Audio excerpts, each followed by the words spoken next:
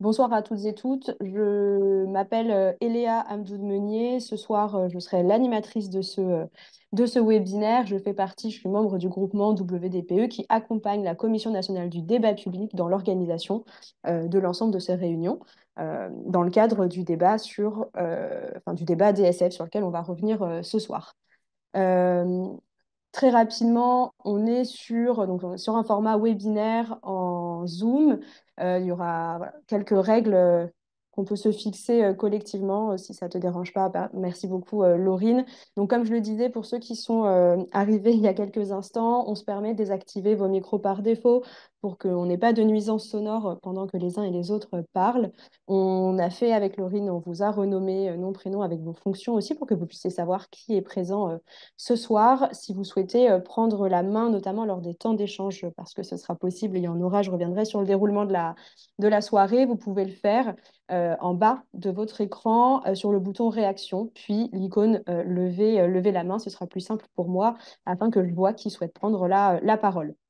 Vous pouvez aussi évidemment utiliser le bouton discussion pour faire des réactions à l'écrit ou bien nous signaler des difficultés techniques si vous n'arrivez pas à utiliser une fonctionnalité de Zoom. Et en cas de difficulté, bah voilà, on a une adresse mail aussi, mais n'hésitez pas à nous le dire sous l'onglet discussion. Euh, Très rapidement, ce soir, on est là, nous, pour deux grands objectifs, mais je laisserai Madame Dumont et la CPTP revenir dessus. C'est recueillir votre point de vue en tant qu'élus locaux, hein, principalement relatif aux enjeux du débat public en Gironde, et vous permettre aussi de vous exprimer et échanger avec les services de l'État et l'équipe du débat de la Commission nationale du débat public qui sont présents ce soir pour que ça se passe au mieux, qu'on arrive à la fois à associer des enjeux d'information sur l'objet de ce débat public et d'échange. On vous propose à la suite d'une introduction que je viens de lancer, de laisser la parole pour un temps de présentation à la maîtrise d'ouvrage. Donc ce soir, on accueille Béatrice Duluc pour la direction interrégionale pardon, de la mer Sud-Atlantique, Sophie Kerlock et Jonathan Lemeunier pour la DREAL et Monsieur Rieux pour RTE, qui reviendront sur une présentation globale du projet. On Alors, te c'est laisse. moi. Oui, bien sûr. Je sais pas si c'était uniquement moi, mais je vous entendais plus. Ah, c'est bon à signaler. Est-ce qu'il y a d'autres personnes qui... C'est un peu la difficulté, c'est-à-dire que moi, je m'entends et je ne vois que moi. Moi, je vous entendais bien. D'accord.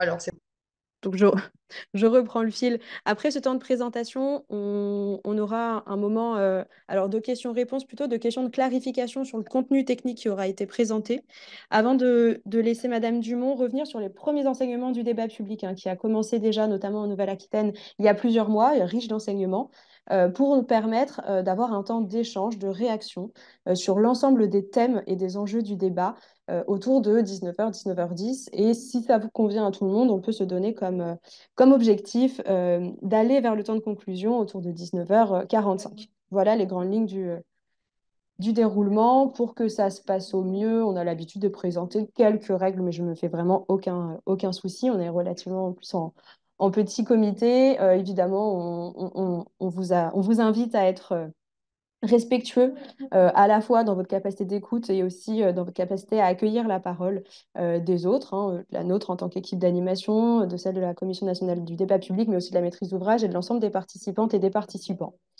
Euh, on, on est là évidemment dans un temps d'échange et de réaction. Donc, on vous invite vraiment à utiliser les fonctionnalités de l'outil Zoom, hein, pour que ça se passe au mieux. Et moi, je veillerai aussi, mais c'est intéressant et c'est important qu'on soit tous garants et garantes de l'équilibre et du respect des temps de parole et voilà, de veiller toujours à avoir une parole concise au mieux.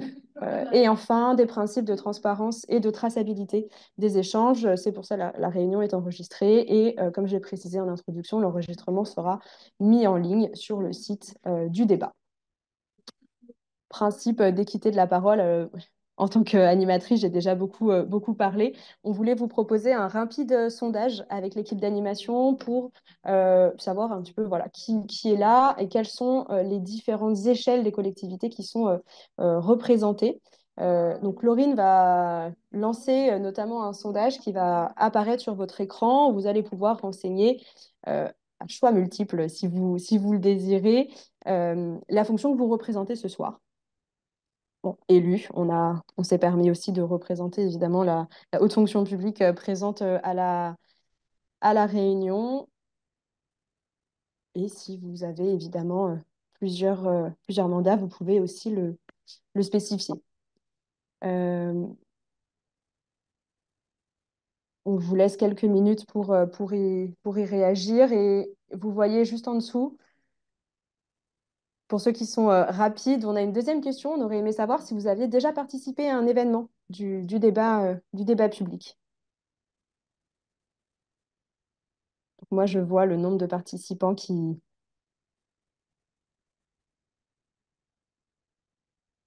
répondent.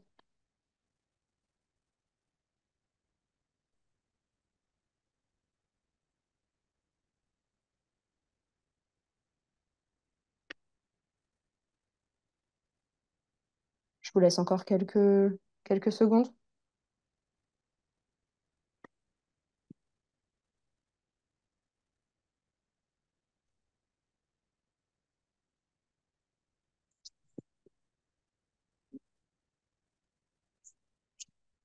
Idem, si vous n'arrivez pas à répondre au sondage, n'hésitez pas à nous le préciser dans le chat. Comme ça pourra nous aussi nous donner une vision un peu plus globale. Je vois 5 participants sur 16, mais on a aussi des représentants de la maîtrise d'ouvrage. Si ça vous va, on passe au partage des résultats. Évidemment, ça permet aussi de faire un petit tour de table par moi-même. La sous-préfecture avec M. Tibier, qui est sous-préfet de l'Espar Médoc, qui est représenté ce soir. Monsieur Gillet, je pense, je ne vous ai pas forcément accueilli tout à l'heure. Hervé Gillet, qui est sénateur de Gironde. Hop, je redescends un petit peu. On a aussi des conseillers départementaux, l'échelle de l'intercommunalité qui est représentée et des adjoints au maire, donc l'échelle plutôt municipale. Avez-vous déjà participé à un événement du débat? Oh, la différence n'est pas très grosse. Je vois une majorité de non, mais je note que 2 d'entre vous ont quand même déjà participé à un événement. N'hésitez pas non plus dans le chat à nous dire lequel. On est toujours assez preneur et des retours que vous pouvez en avoir. Euh, Ce débat et ce webinaire, il est organisé donc par la Commission nationale du débat public. Je voulais proposer peut-être très rapidement à Madame Dumont, Julie Dumont, de bien vouloir nous recontextualiser ce débat et puis vous permettre aussi de vous présenter. Merci. Alors, si on peut me passer les diapos, par contre, parce que sans support, là. Voilà, simplement. Alors, ce débat, c'est un débat national hein, qui a lieu sur les 4 façades de la France métropolitaine. C'est un débat public qui a pour objet la révision des documents stratégiques de façade. Alors pourquoi un tel débat maintenant alors que les documents stratégiques de façade ne sont pas si vieux que ça? Eh bien, l'État a décidé d'amplifier la production d'énergie par l'éolien en mer notamment et cette amplification à 45 gigawatts d'ici 2050 oblige à une réflexion assez globale sur l'aménagement maritime et notamment la localisation des éoliennes en mer, mais aussi dans le cadre des documents stratégiques de façade, la création de ZPF, donc des zones de protection forte, et tous les sujets évidemment qui ont trait à la planification maritime. Donc, ce débat, donc on a été saisi, nous, la CNDP, en mars 2023, et ce débat a commencé le 20 novembre 2023 et s'achèvera le 26 avril 2024. Voilà, donc on est en plein débat. Donc, ce débat, il est animé par la Commission nationale du débat public, donc on a été saisi par l'État et RTE. C'est bien la Commission nationale du débat public qui organise l'intégralité des modalités de ce débat. Voilà, et ce débat, il est unique. Pourquoi? Parce que précédemment, la localisation notamment des éoliennes en mer fonctionnait projet par projet.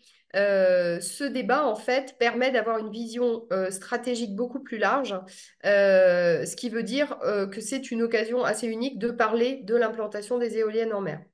Voilà. Et quant aux suites de ce débat public, donc je l'ai dit, il se termine le 26 avril. Suite à ce débat, nous allons, nous, Commission nationale du débat public, rédiger un compte-rendu. On a 2 mois pour le faire. Et ce compte-rendu va comporter à la fois les arguments qui auront été évoqués par les publics lors de notre débat, tous les arguments autour de multiples sujets qui ont trait à l'aménagement de la mer, mais aussi des recommandations à l'attention de l'État et de RTE. Et c'est suite à cela que l'État aura donc 3 mois pour apporter des réponses au compte-rendu de la CNDP. Si on peut passer la diapo. Voilà, merci. Donc, les 3 grandes questions de ce débat, donc c'est d'abord la protection. Que faut-il faire pour protéger la mer et restaurer son bon état écologique, puisque les documents stratégiques de façade ont cette ambition de maintenir un bon état écologique de la mer, et à quelles conditions, bien sûr. Il s'agit aussi de partager l'espace, puisque l'espace maritime accueille de nombreuses activités, hein, qu'elles soient économiques ou de loisirs, et toutes ces activités, eh bien, doivent être conciliées, mais en ayant en tête cette préservation de l'environnement. Donc là aussi, à quelles conditions? Et enfin, l'énergie, puisque, comme je l'ai dit, une cinquantaine de parcs éoliens d'ici 2050 pour lutter contre le changement climatique et garantir également l'indépendance énergétique de la France. Oui, mais à quelles conditions? Et sinon, avec quelles conséquences? Voilà, donc le débat est extrêmement ouvert, hein. Ces questions, ce sont les questions principales qui sont posées par le débat, mais la Commission nationale du débat public, bien sûr, va recueillir tous les propos, même s'ils dépassent le cadre strict des questions qui sont posées. Voilà, donc on a fait réaliser plusieurs infographies, donc celle-ci qui retrace un petit peu les grands enjeux qui sont au cœur du débat. Donc les représentations de la mer, hein, on a fait en début de débat public une enquête Ipsos qui nous a permis de travailler autour de la représentation de la mer par les citoyens. Donc, ce qui nous a permis, en entrée de débat déjà, d'avoir un premier renseignement sur le rapport, hein, des Français à la mer, ce qui nous a permis surtout de voir qu'elle était assez méconnue, que les activités qui s'y passent sont très méconnues et que aujourd'hui, les Français ont plutôt tendance à voir la mer comme un espace vide, un horizon lointain et un espace de loisirs. Voilà, donc après, on a évidemment la protection de la biodiversité et des enjeux climatiques, donc un aspect environnemental, hein, dans les enjeux de ce débat. On a également, bien sûr, la contribution de l'éolien en mer à la transition énergétique et les évolutions et les impacts des activités humaines sur la mer et les littoraux, donc sujets qui ont été fortement débattus d'ores et déjà. Et bien sûr, les processus de décision et également la dimension internationale et tout autre enjeu que les publics souhaitent porter à notre connaissance. Vous êtes arrivé au bout de ces slides, Madame Dumont, justement, avant de vous aussi de vous entendre sur ces enjeux, hein, et vos représentations autour de la mer. On va proposer à Madame Duluc, chef adjointe de la mission de coordination des politiques de la mer et du littoral à la direction interrégionale de la mer Sud-Atlantique. C'est assez long comme, comme intitulé. Peut-être de bien vouloir nous repréciser quels sont les enjeux de ce débat sur la planification maritime, voilà, et en quoi il consiste ce projet. Merci beaucoup. Bonsoir, bonsoir à tout le monde. Donc oui, voilà, je suis Bénédicte Duluc et donc je suis chef adjointe de la mission de coordination des politiques de la mer et du littoral au sein de la DIRM Sud-Atlantique. Donc la DIRM Sud-Atlantique, aujourd'hui, c'est le service déconcentré de l'État qui est en charge du pilotage et de la coordination de cet exercice de mise à jour de la planification maritime. Et elle le fait sous l'égide, c'est nécessaire de le rappeler, des 2 préfets coordonnateurs, donc le préfet de région Nouvelle-Aquitaine et le préfet maritime de l'Atlantique.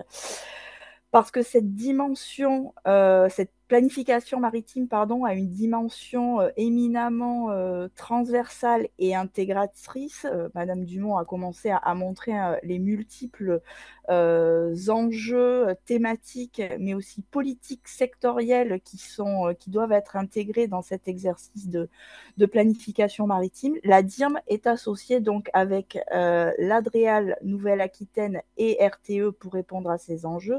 C'est pour ça que dans cette présentation du projet, je serai accompagnée par mes collègues, donc Jonathan Lemeunier de l'Adréal Nouvelle-Aquitaine sur l'éolien, Madame Kerlock à l'Adréal également sur les enjeux environnementaux et notamment sur les zones de protection forte, et donc Monsieur Jérôme Rieux qui est le représentant de RTE sur les enjeux de raccordement. Peut-être que vous pouvez passer à la slide d'après. Merci. Donc voilà, Madame Dumont a déjà commencé à expliquer un petit peu pourquoi ce débat sur la planification maritime. Donc la planification maritime, c'est vraiment le processus par lequel l'État analyse les activités humaines en mer dans une perspective écologique, économique et sociale. À l'échelle de chaque façade, donc, elle est définie par un document stratégique de façade, un DSF, qui est élaboré donc, en concertation avec les parties prenantes. Là, on est dans le cadre du débat public, mais aussi dans un conseil maritime de façade, qui est un peu l'instance de pilotage de cette planification maritime. Et donc, ce CMF, il est composé d'usagers, d'experts de la mer, mais aussi de collectivités littorales concernées. Donc après un premier cycle, là, un premier DSF qui a été élaboré entre 2019 et 2022, on est aujourd'hui dans une mise à jour de cette première partie qui est vraiment la partie stratégique. Il y a aussi une deuxième partie opérationnelle, mais qui sera élaborée plus tard. Donc, cette partie stratégique qui est mise aujourd'hui au débat, et c'est aussi pour ça, donc c'est aussi dans ce cadre-là donc qu'on se rencontre ce soir. Un petit film vaut mieux que de longs discours. Donc, ce que je vous propose, c'est de regarder un petit motion design, comme on dit, qui reprend un peu tout. Et après, on viendra faire des focus sur les 3 points dont je vous ai parlé, l'éolien, les ZPF et le raccordement.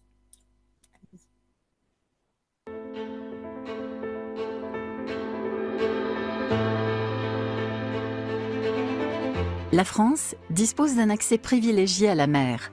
Elle possède 4 façades maritimes métropolitaines. Manche Est, mer du Nord, Nord-Atlantique, Manche Ouest, Sud-Atlantique et Méditerranée. La Commission nationale du débat public, autorité administrative indépendante, a été saisie par l'État pour un travail d'une ampleur inédite. Organiser 4 débats publics en simultané portant sur la planification de l'espace maritime de chacune des façades. Cette planification a vocation à concilier à la fois la poursuite des activités maritimes existantes et le développement de nouvelles, tout en respectant les milieux marins et littoraux qui sont des écosystèmes fragiles. Tous les acteurs et citoyens sont invités à s'exprimer pour débattre des enjeux maritimes d'aujourd'hui et de demain. Le milieu marin et sa biodiversité sont essentiels au maintien d'une planète habitable et en bonne santé. Il est aujourd'hui soumis à de nombreuses pressions liées aux activités humaines. Sa dégradation est aujourd'hui avérée. Il est donc nécessaire de renforcer les efforts, à la fois pour protéger, restaurer et préserver les écosystèmes marins. Réduire les pressions sur le milieu marin implique d'encadrer, de façon volontaire ou réglementaire, les activités humaines là où leur impact met en péril l'état écologique des espèces et des habitats. C'est le rôle des aires marines protégées. Certaines activités humaines peuvent être en conséquence supprimées ou limitées, relevant ainsi d'une protection forte. Les 4 débats publics doivent permettre d'identifier les secteurs à privilégier pour le développement d'une protection forte. La mer et ses rivages sont composés de multiples dimensions qui lui ont permis d'accueillir de nombreuses activités.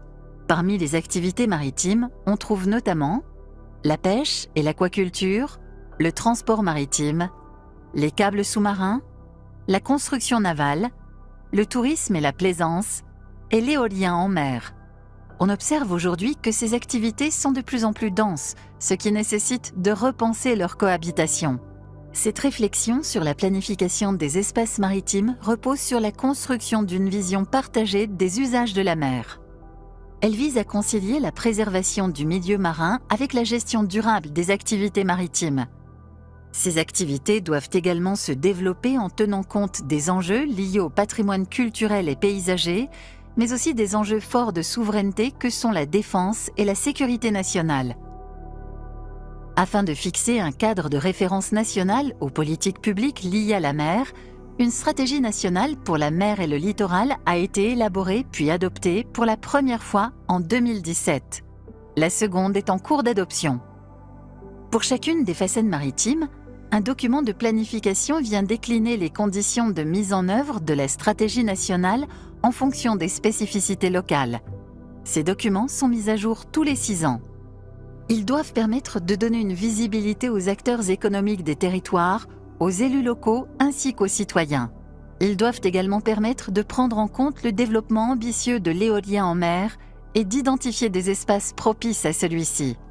L'intégration des contraintes spatiales est l'objet même de la planification maritime et du présent débat. L'éolien en mer est un nouvel entrant dans le monde des usages de la mer et la place des nouveaux projets dans l'espace maritime doit être clairement définie. En ce sens, ces débats publics ont une triple vocation pour la planification de l'éolien en mer. Alimenter les travaux relatifs à la stratégie française pour l'énergie et le climat à l'horizon 2024, permettre d'élaborer une cartographie des zones prioritaires d'implantation d'éoliennes en mer à horizon 10 ans et de développement à horizon 2050, et identifier des zones de raccordement marines et terrestres pour ces zones prioritaires. L'ambition est d'atteindre 18 gigawatts de puissance installée d'ici 2035. Aujourd'hui, en France, les parcs de Saint-Nazaire, de Fécamp et de Saint-Brieuc injectent de l'électricité sur le réseau national. L'éolien en mer est indispensable à l'atteinte des objectifs énergétiques que la France s'est fixés, ainsi qu'à la sécurisation de son approvisionnement en électricité. Ces 4 débats publics avec l'ensemble des acteurs sont à la hauteur des ambitions portées par l'État en termes de protection de la biodiversité, de neutralité carbone, de développement durable des activités maritimes. Pour chaque façade, le débat public constitue une opportunité inédite de mieux faire connaître et d'anticiper les interactions entre les usagers de la mer, de renforcer la protection du milieu marin et d'identifier les axes de développement de l'éolien en mer sur le long terme.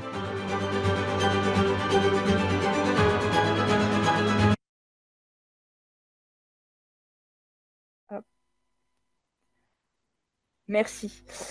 Bon voilà, cette petite vidéo, elle a le mérite de regrouper voilà, en 5 minutes un peu tout ce qu'on vient de se dire là en introduction. Donc voilà, l'idée c'est vraiment dans un premier temps de pouvoir gérer durablement les activités maritimes existantes et émergentes à la fois dans le temps et dans l'espace. Ça, c'est vraiment un axe important, notamment par rapport à toutes les activités historiques. Vous pouvez peut-être passer à la slide d'après. Les activités historiques, je pense à la pêche, à l'aquaculture. Et donc, voilà, toutes ces activités-là dont on a parlé, ce sont autant d'enjeux de transition énergétique, de souveraineté alimentaire, d'emploi, d'identité paysagère. Donc voilà, l'idée de pouvoir avoir ces activités qui soient compatibles à la fois entre elles, mais aussi avec l'atteinte du bon état écologique du milieu marin, c'est tout l'enjeu de cette planification. Et donc le débat doit pouvoir permettre d'alimenter, de trouver des pistes et des solutions pour arriver tendre vers ce co-usage. Je n'en dis pas plus, je passe la parole à ma collègue donc Sophie Kerlock sur les enjeux vraiment de zones de protection forte. Bonsoir à toutes et tous. Alors sur la partie zone de protection forte et l'objectif de renforcer cette protection, donc quelques diapositives. Si ça fonctionne. Ok. Alors simplement pour vous rappeler pourquoi on a cet objectif de renforcer la protection forte du milieu marin, un constat qui est issu des dernières évaluations du dispositif de suivi des 11 descripteurs de la directive 4 stratégie milieu marin, que vous voyez affiché à l'écran, qui nous indique que aujourd'hui la biodiversité marine est menacée, et notamment en raison de pressions liées aux activités anthropiques, aux activités humaines. Et donc, il est nécessaire de renforcer nos efforts et d'arriver sur une conciliation des activités humaines avec les enjeux écologiques de la mer. On vous a apporté quelques illustrations, je ne sais pas si vous voyez, mais au moins pour vous montrer que l'état des stocks de poissons, du coup crustacés, vous voyez, c'est le camembert qui est en haut à droite, montre que sur 40 stocks évalués, donc ces données IFREMER, on en a 8 qui sont en bon état seulement, 20%, et 10 qui sont en mauvais état. On a également illustré avec le deuxième camembert en dessous, vous indiquant qu'au niveau des mammifères marins, sur des espèces évaluées, en termes d'atteinte du bon état écologique, on a simplement les cétacés aphanos, en fait, comme le rorqual par exemple, qui sont en bon état écologique, alors que pour d'autres espèces, on n'atteint pas du tout le bon état écologique, on est plutôt sur une non-atteinte du bon état écologique. D'où la nécessité, dans le cadre de ce débat public, de vous questionner sur le niveau d'ambition souhaité en termes de protection et d'atteinte du bon état écologique du milieu marin, afin d'alimenter notamment la partie stratégique du document stratégique de façade et les objectifs environnementaux. Diapositive suivante. Un petit rappel sur ce qu'est la zone de protection forte. Donc c'est un label, c'est une reconnaissance d'un espace naturel protégé, donc qui recouvre des enjeux écologiques importants et qui doit répondre à 3 critères particuliers pour obtenir ce label. Donc un premier critère qui est la suppression ou réduction significative des pressions exercées sur la biodiversité remarquable, donc notamment conciliation des usages avec les enjeux de biodiversité marine. Un deuxième critère qui est celui de la présence et mise en œuvre d'un document de gestion qui définit les objectifs de protection et qui permet de suivre une mise en œuvre de ce document de gestion pour atteindre un bon état écologique. Et un troisième critère qui est celui d'avoir un dispositif opérationnel de contrôle et de surveillance de la mise en œuvre de ce document de gestion et de la bonne conciliation des usages avec les enjeux. Diapositive suivante. Alors, au niveau de notre stratégie et des objectifs à atteindre, donc vous le savez, la stratégie nationale Air protégée 2030, qui a été publiée en janvier 2021, fixe des objectifs ambitieux, 30% d'atteinte du territoire national, donc terrestre et marin, couverts par des aires protégées au sens large, dont 10% sous protection forte. Au niveau de notre façade sud-atlantique, on a un objectif clair, plancher pour 2027, d'atteindre 3% des eaux de la façade en protection forte. Donc aujourd'hui, pour information, on a 33% à peu près d'air protégé, d'air marine protégé. Donc on atteint largement les 30% d'air protégé simple. Par contre, au niveau de la protection forte, on est à 0%. Donc on a un effort conséquent à faire pour atteindre cet objectif à minima en 2027.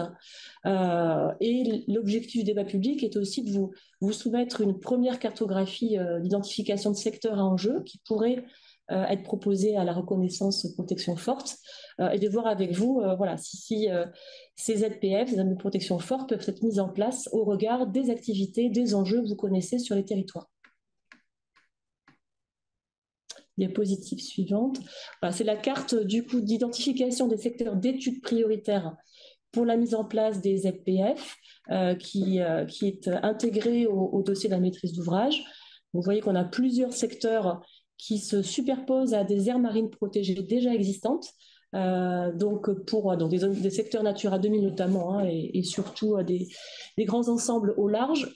Concernant le secteur girondin, on a notamment les territoires des 2 parcs naturels marins, estuaire de la Gironde, mer des Pertuis pour le secteur estuaire de la Gironde, et le parc marin bassin d'Arcachon, qui sont des territoires prioritaires d'études pour les ZPF, sur lesquels on a déjà des démarches engagées notamment sur le secteur mer des Pertuis et sur la Gironde. Bassin d'Arcachon, c'est en cours avec des secteurs, et notamment des secteurs de réserve naturelle nationale qui pourraient être reconnus en zone de protection forte, plus sur le territoire girondin, le site Natura 2000 au Carcan-Horta. Voilà pour la carte proposée dans le dossier de maîtrise d'ouvrage. Et simplement 2 focus pour vous justifier finalement ces secteurs-là identifiés dans cette carte. Diapositive suivante. On vous a remis en fait les enjeux que l'on retrouve dans l'annexe 5 du DSF, notamment pour 2 secteurs que l'on retrouve sur le territoire girondin. Donc le secteur 21 mer des Pertuis et panache de la Gironde, avec des enjeux majeurs et forts. J'arrive pas à lire, mais sur les enjeux majeurs, on retrouve au niveau des habitats les hermelles, les récifs d'hermelles, enjeux forts, les abbés de Zoster, bien sûr, huîtres plates et présalées atlantiques. Au niveau des habitats rocheux, donc un enjeu fort avec les récifs infralittoraux. Et au niveau des habitats sédimentaires, enjeu majeur des vases subtidales, vasières intertidales, et fort au niveau des sables fins subtidaux. Bon, voilà, on vous a mis des exemples avec des photos pour vous montrer concrètement à quoi ressemblent ces enjeux que vous devez connaître, notamment sur l'estuaire de la Gironde. Et pour le secteur bassin d'Arcachon, pareil, on vous a remis un extrait de l'annexe du DSF, diapositive suivante, avec pour le bassin des enjeux majeurs, notamment sur les habitats biogéniques avec les abbés de Zosternen, enjeux moyens sur les herbiers de Zoster marine et les hermelles, notamment. On ne va pas vous lire tout le tableau. Merci beaucoup, Madame Kerlock. Je voulais proposer à Monsieur Lemeunier, alors c'est pratique, vous êtes aussi dans la même salle, de faire un zoom quant à vous sur la question de l'éolien en mer, quand même sujet aussi majeur de ce débat public, en tant que représentant aussi de l'ADREAL, mais je vous laisse vous présenter et prendre la suite si vous le voulez bien. Oui, merci. Bonjour, Jonathan Lemeunier, donc directeur de projet éolien en mer à l'ADREAL Nouvelle-Aquitaine. Donc, je vais vous présenter ce volet lié à l'éolien en mer du débat public. Donc, en commençant, si vous pouvez passer sur la diapo suivante. Je vais peut-être commencer par expliquer les raisons pour lesquelles l'État mise sur une accélération du développement de l'éolien en mer. Donc, on s'inscrit dans un objectif plus global d'atteinte de la neutralité carbone à l'horizon 2050, qui implique de sortir des énergies fossiles, sachant que nous sommes aujourd'hui avec une consommation d'énergie qui repose à près de 60% sur ces énergies fossiles. Donc, on s'appuie pour cela sur 2 axes de travail. Le premier, qui est une réduction massive de la consommation d'énergie finale à l'horizon 2050, puisqu'on vise une réduction de près de 40%, qui passera notamment par 2 leviers. Le premier, c'est la sobriété, donc moins consommer. Et puis, le deuxième, c'est l'efficacité énergétique, donc mieux consommer. Donc, ce sont vraiment les priorités en termes de réduction de cette consommation. Et le deuxième axe, c'est l'électrification des usages qui va nécessiter une augmentation, là aussi massive, de la production d'électricité décarbonée, à l'aide de tous les moyens de production, notamment les énergies renouvelables et en particulier l'éolien en mer. Alors pourquoi l'éolien? Puisqu'il possède plusieurs atouts. Alors le premier, c'est qu'il a une grande productivité. Il permet une importante production d'électricité puisqu'on va chercher des vents en mer qui permettent d'avoir une puissance et une régularité supérieure à ce que l'on pourrait observer sur d'autres sources de production d'énergie, à un coût désormais compétitif. C'est une filière qui est également désormais créatrice d'emplois et qui est faiblement émettrice de gaz à effet de serre. Donc, c'est une filière qui contribuera de manière significative à la souveraineté énergétique de la France.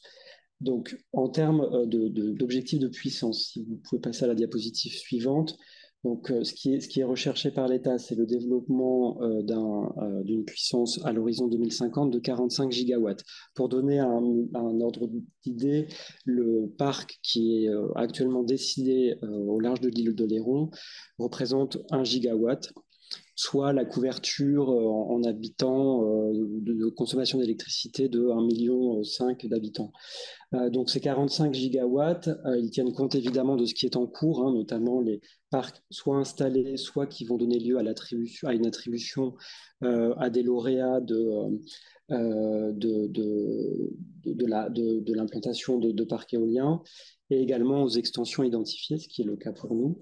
Donc ce que nous recherchons dans le cadre du débat, c'est à pouvoir travailler et disposer d'un éclairage du public sur l'identification de zones prioritaires qui permettront l'implantation de ces 45 gigawatts, avec deux horizons. Un premier horizon dans les 10 ans, donc pour nous permettre d'implanter 18 gigawatts d'ici 2035, et un deuxième horizon donc pour atteindre les 45 gigawatts à l'horizon 2050. Donc ce sont ces données d'entrée que nous mettons au débat, sachant que, alors, si vous pouvez passer à la diapositive suivante, cet objectif général, qui est un objectif national, a été décliné par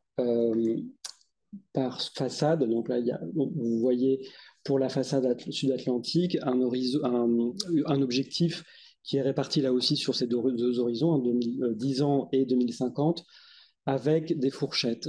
Donc ce que nous recherchons, c'est à atteindre entre 2,5 et 5,5 gigawatts, par exemple, à l'horizon des 10 ans. Donc ça aussi, ce sont des éléments que nous mettons au débat, de la même manière que les définitions, l'identification des zones prioritaires pour l'implantation de parcs éoliens. Donc, pour pouvoir permettre au public de travailler dans le cadre de ce débat, diapositive suivante, nous avons produit des zones propices qui sont également, qui ont été mises à disposition, donc qui sont des zones qui ont été constituées sur la base de critères techniques. Ce sont des outils de discussion et d'aide à la réflexion pour le public, pour à la fois l'informer et lui permettre de se prononcer. Donc ce sont des zones qui ont vocation ensuite, dans le cadre de ce débat, à être croisées avec les autres enjeux et activités existantes. Donc les enjeux environnementaux, bien sûr, les enjeux de la pêche, le trafic maritime, les enjeux paysages. Voilà, c'est la base sur laquelle nous souhaitons pouvoir faire prononcer le public, s'agissant ensuite de la définition à venir de zones prioritaires. Donc, ces zones propices, si vous pouvez passer à la diapositive suivante, elles ont été établies sur la base de différents critères.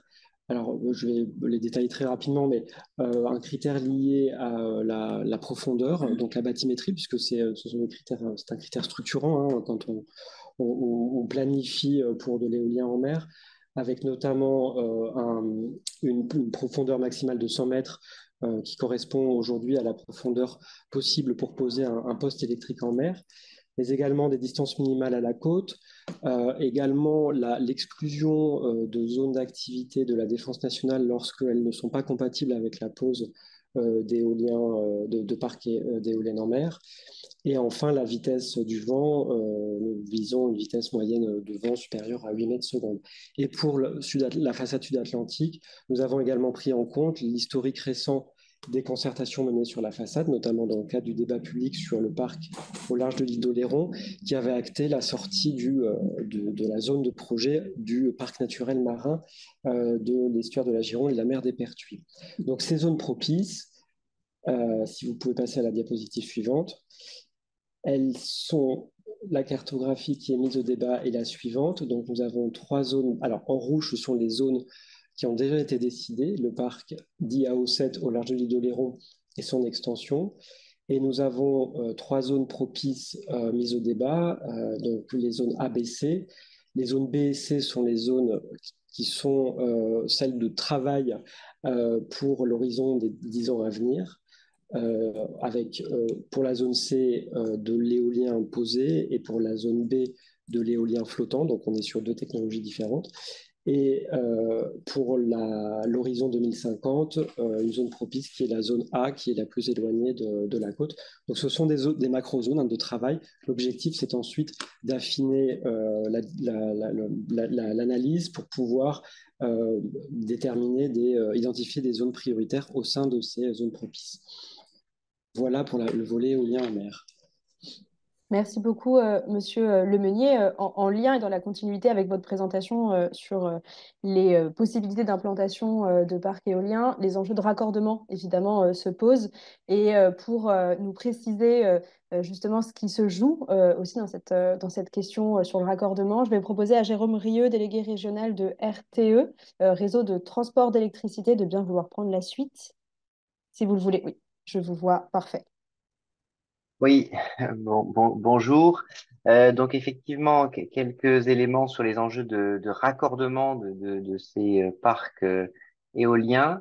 Alors bien évidemment, enfin, côté RTE, hein, le raccordement de ces parcs éoliens, c'est un enjeu industriel très important avec deux sous-enjeux, j'ai envie de dire le raccordement lui-même, hein, qui est voilà donc du parc vers la côte, et puis également la prise en compte de tout ce que ces nouvelles productions génèrent comme modification de flux sur le réseau de transport. Et donc on n'est pas sur le raccordement directement, mais sur les nouvelles lignes, les nouveaux ouvrages qui sont engendrés par ces modifications de flux liées à l'arrivée de ces productions de manière massive sur les côtes. Du coup, voilà, donc on a bien évidemment, on est à chaque fois sur la création sur des procédures longues, hein, pour nous créer ces ouvrages qui doivent être très largement anticipés. Donc voilà, sur la première phase, les choses sont déjà largement lancées, on va dire, hein, sur la période 2033-2035. Sur la période ultérieure, bien évidemment, on est très intéressé par les conclusions de ce débat public qui nous permettront, nous, de mieux planifier ou d'arriver à planifier les choses de manière aussi juste que possible, sachant qu'on est en train d'élaborer notre SDDR, schéma décennal de développement du réseau. Alors, il est un peu plus que décennal puisqu'il ira jusqu'en 2040. Donc, il doit définir tous les renforcements, développement de réseau qu'on devra faire à cette échéance-là. Et donc, bien évidemment, tout ce qui sortira de ce débat public aura vocation à intégrer ce nouveau SDDR pour encore une fois réaliser les bons ouvrages de renforcement du réseau. Peut-être d'ores et déjà, hein, ce qu'on voit et ce qu'on voit depuis un certain temps, au moins depuis 2019, et qui est encore renforcé par le développement de ces parcs éoliens, voilà, offshore. C'est une fragilité de notre réseau sur la façade atlantique, hein. En gros, la transition énergétique génère des flux nord-sud de plus en plus importants parce que on développe par exemple beaucoup de photovoltaïque au sud, hein, que ce soit dans les régions Nouvelle-Aquitaine ou Occitanie ou d'ailleurs chez nos voisins espagnols. Donc, il peut être amené à générer des surplus de production qui doit être ensuite transporté vers le nord, ou à l'inverse, il peut y avoir beaucoup de production éolienne plutôt vers le nord qui est amenée à rejoindre le sud. Donc on voit une fragilité depuis pas mal de temps sur cette façade atlantique euh, qui est fragilité, qui est encore plus accrue avec voilà, avec le développement des parcs éoliens. Et donc, du coup, je pense que c'est le slide suivant. On a d'ores et déjà, hein, identifié un projet de renforcement du réseau. Ça me paraissait du coup important d'en parler lors de ce webinaire là, dédié à la Gironde, hein, renforcement du réseau entre la Gironde et la Loire-Atlantique, qu'on appelle nous le projet GILA, hein, Gironde Loire-Atlantique, donc qui serait une ligne sous-marine, donc qui partirait de la Gironde, donc probablement quelque part dans le Médoc pour rejoindre la Loire-Atlantique par la mer, et qui permettrait au passage de connecter éventuellement un ou deux parcs offshore, plutôt ceux qui sont prévus au large d'Oléron, au moins la deuxième phase de ces parcs-là. Donc on ferait entre guillemets d'une pierre deux coups, hein, à la fois le renforcement, et c'est le premier objet quand même de cette ligne du réseau sur cette façade atlantique, et en même temps le raccordement de parcs offshore. Voilà, donc il y aura bien sûr sur ce projet-là spécifique une concertation qui aura lieu le moment venu euh, sur ce projet. Mais il me paraissait quand même important d'en dire un mot aujourd'hui. voilà de manière synthétique les enjeux en matière de raccordement et les projets sur cette façade. Merci beaucoup, Monsieur Rieux. J'en profite aussi pour remercier l'ensemble des intervenantes et des intervenants de ce soir pour la clarté de vos propos et surtout pour le respect du temps qui vous était alloué. Avant de proposer à Madame Dumont de prendre la suite pour vous restituer les premiers enseignements du débat public en façade Nouvelle-Aquitaine, je voulais me tourner vers vous participants pour savoir s'il y avait des questions de compréhension ou de clarification quant aux présentations qui viennent d'être faites. S'il n'y en a pas, on pourra ensuite continuer la présentation et véritablement ouvrir le temps de réaction et d'échange juste après, dans une dizaine de minutes. Je ne vois pas de main levée. Laurine, je veux bien que tu m'aides aussi à vérifier, mais si c'est bon pour tout le monde et qu'on n'a pas de question de clarification, Madame Dumont, je vous propose de prendre la suite pour nous restituer voilà, ce qu'on retient de ces premiers mois de débat public en Nouvelle-Aquitaine. Ah, pardon, je suis désolée, Madame Dumont, je vois une question de Madame Rézère-Sandillon. Pardon, je vous en prie. Madame Rézère, est-ce que vous êtes là? Je vais vous proposer Voilà, je d'entendre crois. votre micro. Oui, je vous entends. Voilà, donc j'ai bien regardé les cartes attentivement et donc moi je suis la communauté d'agglomération du bassin d'Arcachon Sud, dont je suis vice-présidente. Et une question, j'ai bien vu que ce serait certainement une zone de protection forte, ce qui est tout à fait logique dans la mesure où les pressions sur le bassin d'Arcachon sont énormes et où il y a déjà un parc naturel marin.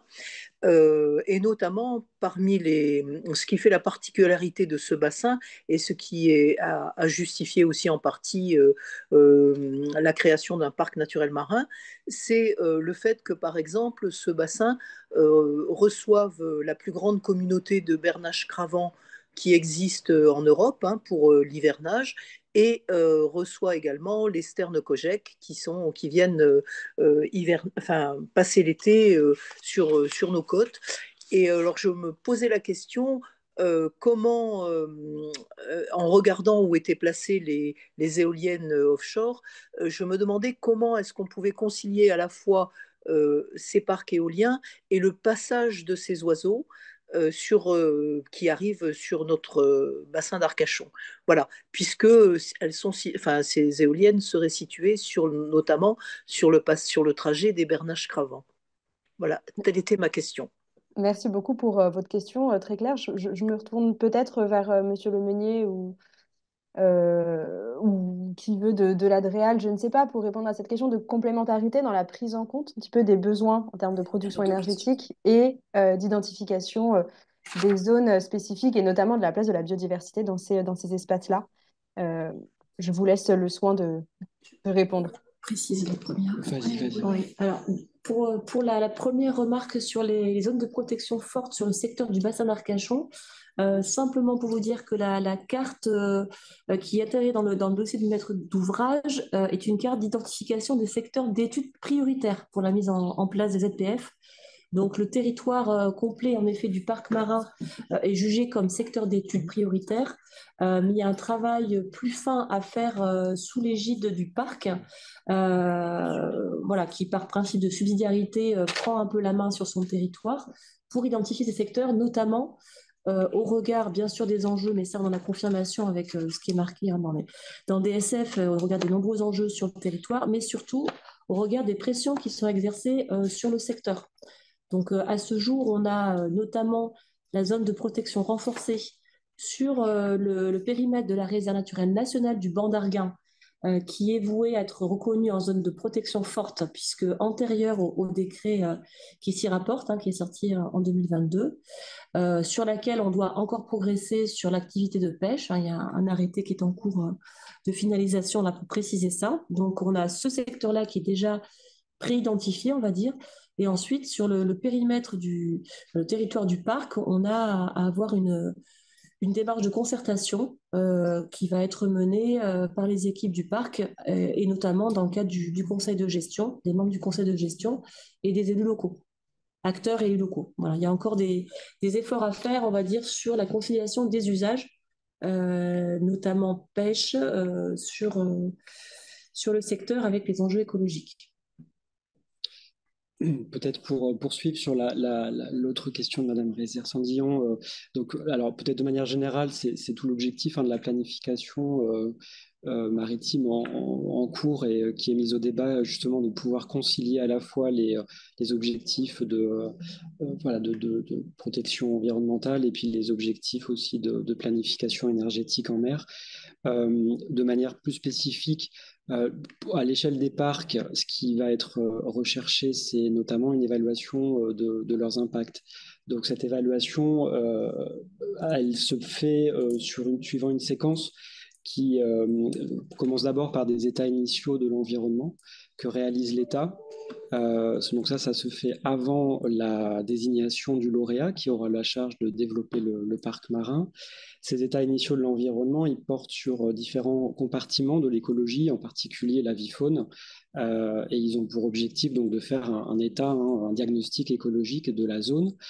Ensuite, c'est lorsque le lauréat du parc, qui aura la charge de mettre en place le parc éolien, sera désigné, ces états initiaux lui sont remis, et c'est sur la base de cela, mais aussi d'autres informations, en particulier de l'évaluation des impacts qu'il pourra mener, que le lauréat réalisera son étude d'impact. Donc cette étude d'impact, elle vise à définir les caractéristiques, en fonction des caractéristiques du projet qu'il proposera, de définir ces différents impacts sur l'ensemble des compartiments de l'écologie et de proposer des mesures d'évitement, de réduction et de compensation, ainsi que de suivi de ces impacts. Donc c'est vraiment suivant cette séquence-là que notamment l'atténuation des impacts, l'évaluation et l'atténuation des impacts, et en particulier sur la vie-faune, sera évaluée et pourra ensuite être autorisée. Merci beaucoup pour ces précisions. Je vois une demande de main levée de Monsieur Guéquière, si vous voulez bien prendre la suite, je vous en prie. Est-ce que vous avez une question de clarification ou de compréhension par rapport au contenu qui a été présenté en amont? Oui, oui, bonjour à tous, vous m'entendez bien? Très bien. Super.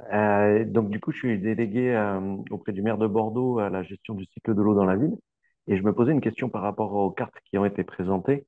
Le sujet j'ai vu qu'il y avait 7 gigawatts de prévus et au sud on va dire de l'estuaire de la Gironde, il n'y a aucun parc de prévu ou il est quand même prévu des parcs éoliens sur cette façade sud au sud de l'estuaire ou pas du tout. Enfin, je suis un peu étonné parce que où sont prévus en fait les 6 gigawatts d'ici 2030, 2050 de mémoire.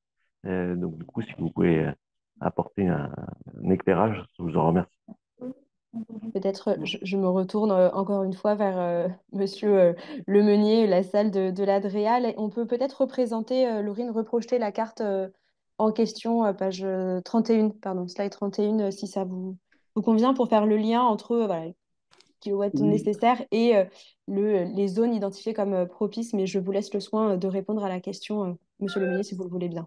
Oui, effectivement, pour répondre à Monsieur Guéquière, donc, comme je l'indiquais, nous avons construit ces zones propices, donc, qui sont des zones de travail, en tenant compte de différents critères techniques, qui sont des critères d'entrée.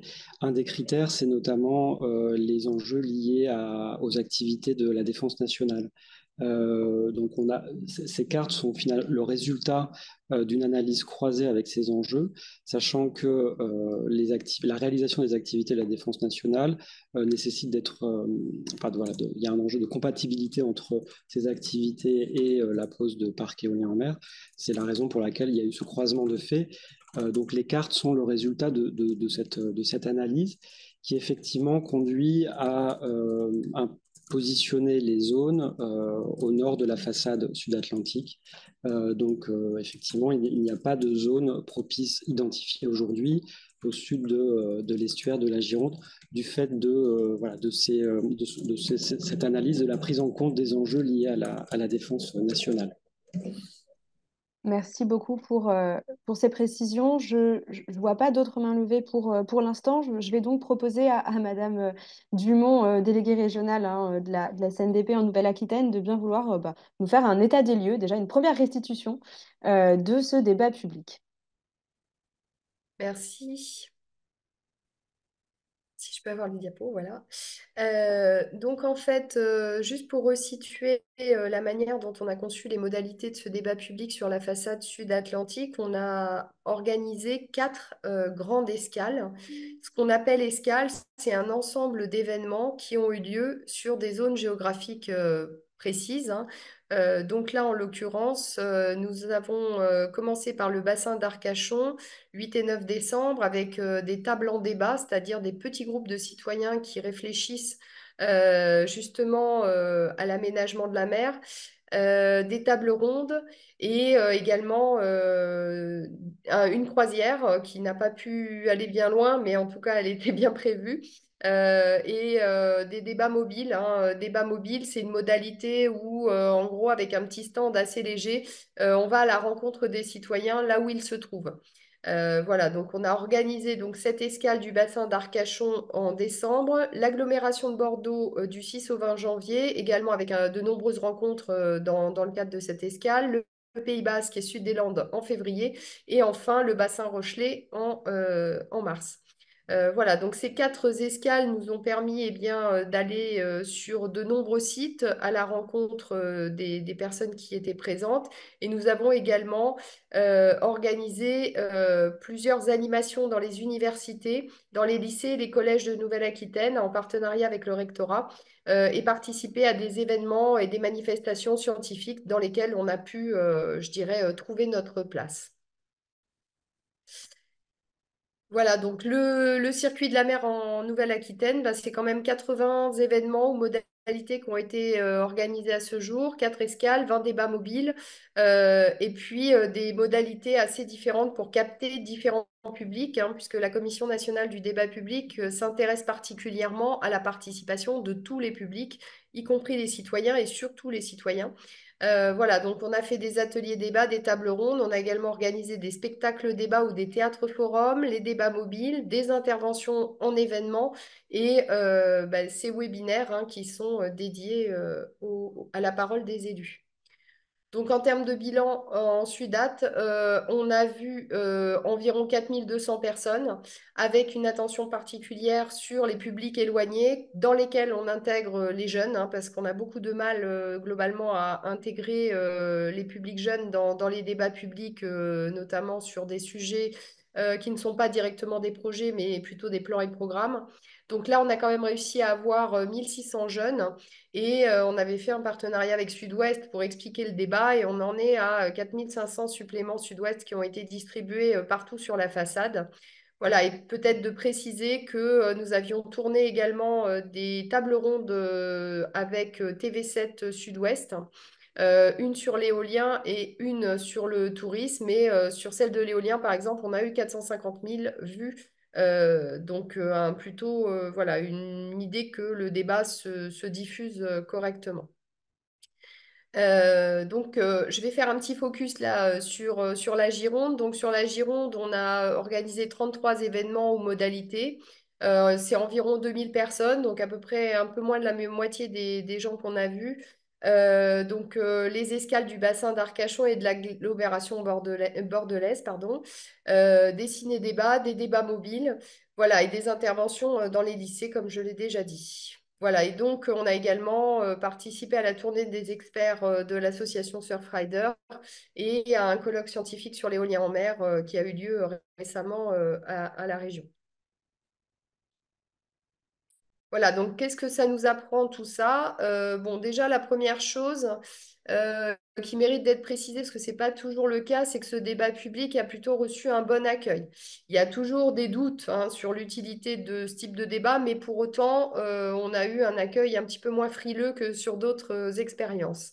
Un public qui était plutôt intéressé, qui partait souvent de pas grand-chose en termes de connaissances, donc qui étaient vraiment en attente d'informations et de connaissances pour donner un avis. Donc parfois des difficultés à se sentir légitime à s'exprimer. Mais en tout cas, on a quand même réussi à emmener les gens, je dirais, sur l'expression de questionnement ou d'avis, sans évidemment les orienter, hein, puisque nous restons dans notre rôle de neutralité. Il y a quand même un sentiment qui est partagé, notamment en Gironde, qu'il faut habiter proche de la côte pour être légitime à donner son avis. Voilà, et globalement sur ce territoire, on est plutôt sur un désir de conciliation des usages, notamment des usages existants, avec plutôt je dirais un rejet, hein, de tout ce qui est nouveau et surtout de ce qui est gros. Notamment, je citerai, voilà, parmi les choses qui nous sont remontées dans ce débat auquel voilà, on s'attendait, mais qui sont remontées fortement, c'est le projet Pure Salmon sur le Verdon, voilà, qui a mobilisé beaucoup de nos visiteurs et des gens qui se sont exprimés. En revanche, on note une faible implication des élus locaux, bien que les citoyens l'attendent. Voilà, on a d'un côté des citoyens qui nous disent il faut que nos élus locaux soient plus consultés, soient plus impliqués. Et nous, force est de constater, et j'ai envie de dire, on est justement en train de le constater, qu'on n'a pas eu beaucoup d'élus locaux qui se sont présentés dans les réunions publiques, ni sur les débats mobiles. Voilà, il y en a quelques-uns, mais c'est très faible par rapport, évidemment, je dirais, au nombre d'élus concernés. Alors, les avis qui ont été partagés, hein, c'est essentiellement, ce qui ressort le plus, c'est des préoccupations sur l'état de la mer, et notamment sur les nombreuses pollutions qui sont issues des activités terrestres. Donc le lien terre-mer est particulièrement prégnant sur notre façade, et on est vraiment sur une attente des citoyens de pratiques respectueuses de l'environnement, de protection des milieux. Voilà, et c'était très fort sur la Gironde. On a également sur ce territoire une inquiétude qui va grandissante sur le changement climatique et notamment sur la montée des eaux, le recul du trait de côte, le risque de submersion, voilà, qui ont été de nombreuses fois cités comme un motif d'inquiétude. Et comme je l'ai dit, une volonté de concilier les activités entre elles. On sent que les activités aujourd'hui présentes sur le littoral et en mer sont des activités qui relèvent souvent de fleurons, hein. Je pense à la conchyliculture, à la pêche, voilà, qui sont dans la culture locale et auxquelles les gens n'ont pas envie de renoncer. Donc il y a vraiment une volonté de tout garder, tout concilier. On a également, voilà, ça je l'ai dit, hein, une acceptation de l'existence, c'est-à-dire que, il y a un attachement notamment, hein, autour de l'estuaire à la centrale nucléaire. Les croisiéristes n'ont pas été tellement remis en cause. Voilà, il y a de l'emploi derrière, donc ça passe, on va dire. Mais en revanche, les projets d'ampleur comme Pure Salmon ou, alors là c'est plus dans les Landes qu'on a pas mal entendu parler de l'interconnexion France-Espagne. Ces sujets-là sont accueillis de manière assez hostile.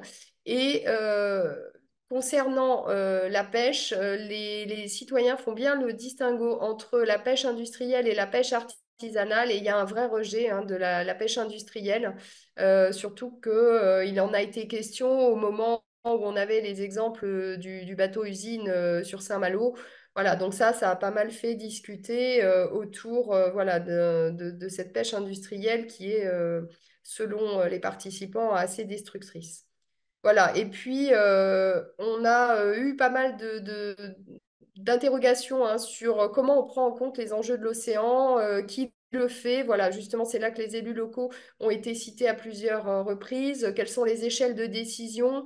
Quelles sont les instances de décision qui sont assez nombreuses et dans lesquelles bah, les citoyens, on va dire, se perdent un peu.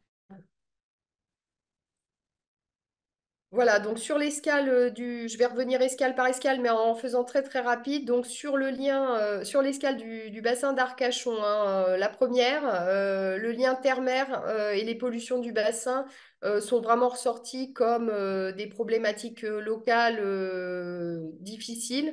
On est là aussi, à peine on avait terminé cette escale, qu'il y avait l'interdiction de consommation des huîtres suite aux pollutions du bassin.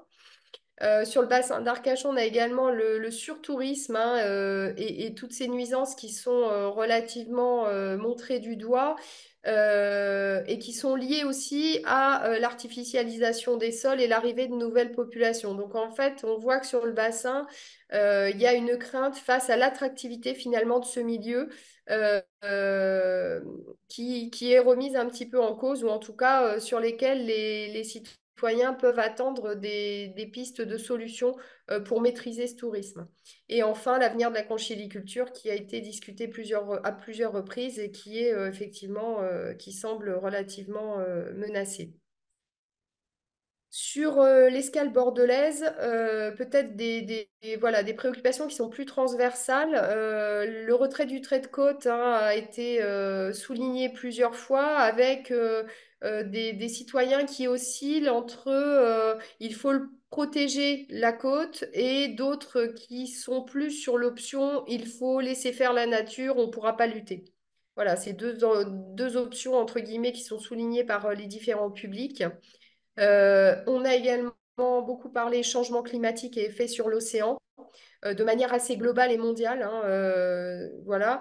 Et puis, c'est sur l'escale de Bordeaux qu'il a été abordé la question d'une piste, hein, qui serait de donner une personnalité juridique à la Dordogne, ou à la Garonne et à l'estuaire. Voilà.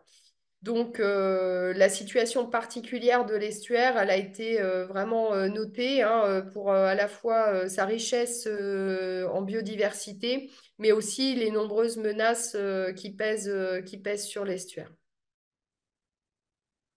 Voilà, et puis là, je vais passer plus rapidement peut-être sur le sud de la région.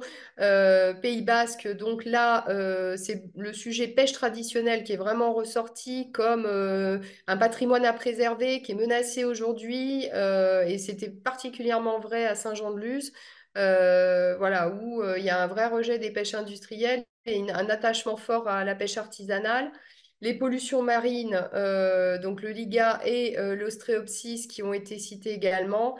Et puis la fameuse question des réseaux de raccordement, hein, la ligne, l'interconnexion France-Espagne qui a occupé pas mal de nos discussions avec les citoyens. Et puis aussi une vraie conscience au Pays Basque, notamment de l'enjeu transfrontalier, donc de la nécessité de se coordonner avec nos voisins espagnols sur à la fois les questions de réseau et d'énergie, mais aussi plus globalement de se coordonner sur la planification maritime.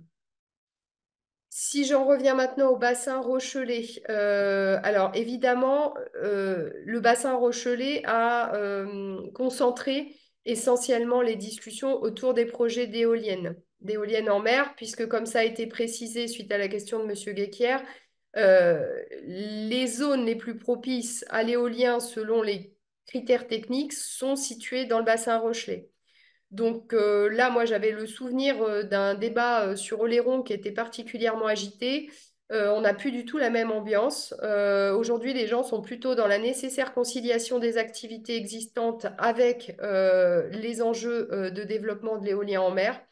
Euh, Après, il y a des rejets, évidemment, il y a des oppositions qui portent principalement sur les questions de paysage et sur les impacts sur les milieux marins. Sur les questions de paysage, l'éloignement à la côte est toujours au cœur des préoccupations. Et puis, on a aussi des besoins de connaissances, hein, qui sont demandés, hein, pour notamment analyser cet état écologique de la mer, avec une préoccupation particulière sur les pollutions plastiques. Euh, et puis la concurrence, hein, qui peut exister notamment sur cette zone entre la plaisance, la pêche et bien d'autres activités, puisque c'est une zone qui concentre vraiment de nombreux enjeux par rapport à ce débat public. Voilà, j'ai essayé de tenir mon timing aussi. Je suis à votre disposition pour répondre à toutes vos questions de précision, voilà, sur ce qui s'est dit et ce qui s'est fait pendant ce débat public. Là, j'ai brossé assez rapidement, mais voilà, je peux tout à fait répondre à vos questions. Mais là, l'idée maintenant, c'est vraiment qu'on passe à une phase où on vous écoute. puisque c'est le but d'un débat public. Merci beaucoup, Madame Dumont, pour ces éclairages. Je vois une première question que je n'ai même pas besoin d'introduire. Donc, Monsieur Guéquer, je vous en prie. On avait prévu quelques règles de fonctionnement, mais comme on est relativement peu nombreux, je vous propose de le faire de manière très libre. Et encore une fois, je vous le rappelle, hein, la réunion est enregistrée. Elle fera l'objet évidemment d'une synthèse. Monsieur Guéquer, je vous en prie. Oui, donc du coup, avant tout, je tenais à remercier la Commission nationale du débat public parce que j'ai participé à trois événements et j'en ai vu un quatrième, pardon, qui est le webinaire sur le droit, que j'invite vraiment à regarder jusqu'au bout, parce que l'intervention de Marine Calmet de l'association Why Legal est vraiment très intéressante. Ensuite, la croisière sur l'estuaire était magnifique et très enrichissante en termes de qualité, de contenu, notamment par l'association Terre et Océan. Ensuite, le théâtre forum à la télé municipale de Bordeaux était vraiment de qualité et vraiment très, très intéressant de rajouter de l'art à ce sujet. Et ensuite, les tables rondes au département de la Gironde étaient aussi très, très intéressant. Ensuite, je tenais à rappeler un élément qui n'a pas été dit, mais que je trouve quand même assez important. On a perdu 60% de la biodiversité dans l'estuaire en 30 ans. C'est le conseil scientifique de l'estuaire qui apporte cette donnée-là. Et du coup, je trouve ça quand même assez impressionnant et d'essayer de trouver des solutions pour inverser cette tendance me paraît quand même vraiment nécessaire pour les générations futures et puis pour tout notre écosystème. Je suis très attaché au sujet de la personnalité juridique des fleuves et de l'estuaire et des océans. Enfin, après, ça fait peut-être un peu large comme périmètre, mais pour autant, je trouve quand même que c'est un sujet, non pas de rajouter une couche au millefeuille déjà existant. Ce gâteau feuilleté est quand même déjà bien, bien épais, et donc du coup, euh, ce sujet de reconnaissance juridique pourrait permettre justement à des citoyens de comprendre ce millefeuille et de s'impliquer sur ces sujets. Ensuite, pour pas être très long, le groupe politique auquel j'appartiens, Europe Écologie Les Verts, a prévu de faire une contribution au cahier d'acteurs. Et donc, du coup, c'est en rédaction à l'heure actuelle, donc je ne vais pas m'étendre sur ce sujet, mais il y aura des contributions sur la partie éolienne, notamment par mes collègues du Poitou-Charentes, et d'autres contributions qu'on est en train de travailler. Et donc, du coup, pour finir mon propos, ces zones à enjeu fort aujourd'hui qui sont à 0, et quelques pourcents, avec un objectif à 2027 de 3% sont vraiment nécessaires. Et on voit dans les projections que vous faites que de les monter à 10%, et à mon sens, c'est déjà encore faible, d'autant plus que ces zones de protection à enjeu fort ne permettent pas, enfin, permettre des activités qui sont destructrices, d'après ce que j'ai compris. Après, j'ai pas vraiment creusé ce sujet, mais comment on inverse dans les prochaines années cette perte de biodiversité? Je pense que c'est une vraie question à se poser dans ce document stratégique de façade. Je vous remercie. Merci beaucoup, Monsieur Guéquer.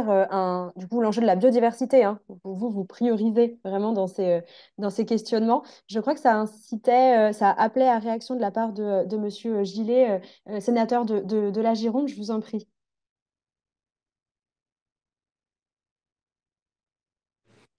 Oui, bonsoir à vous toutes et à vous tous. Réaction, pas nécessairement, c'est plus une intervention par rapport à vos exposés, mais peut-être en prolongation de Monsieur Guéquier. On se connaît bien, on échange aussi par ailleurs sur d'autres sujets. Tout d'abord, vous avez souligné la faiblesse de la participation des élus locaux. Donc là, il y a un vrai sujet aussi.